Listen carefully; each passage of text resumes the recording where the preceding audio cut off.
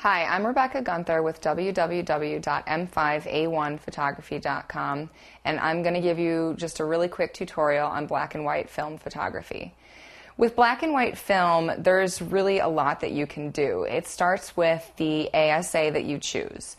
A smaller ASA, like 1 or 200, is going to have what is called smaller grain, whereas if you choose something like 3200 speed, it's going to have bigger grain.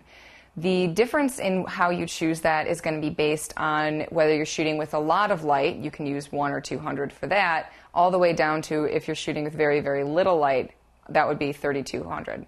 And after you shoot that, you're going to make that choice on, do you want the bigger grain? You can even shoot with the bigger grain in more light, and it just gives a different effect.